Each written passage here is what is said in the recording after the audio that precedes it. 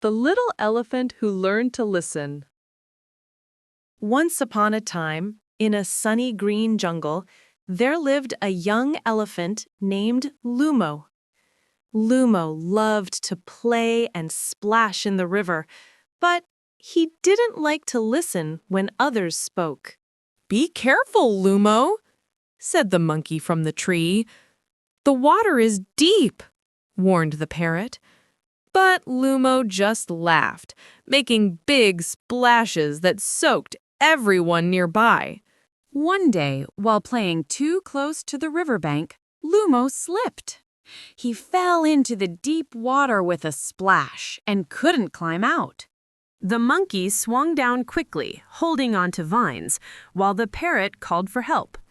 Together, they guided Lumo toward a shallow spot where he could stand again. Lumo stood quietly, dripping wet. "I'm sorry," he said softly. "I didn't listen to you. I thought I knew everything." The monkey smiled. "It's okay, Lumo. We're just glad you're safe."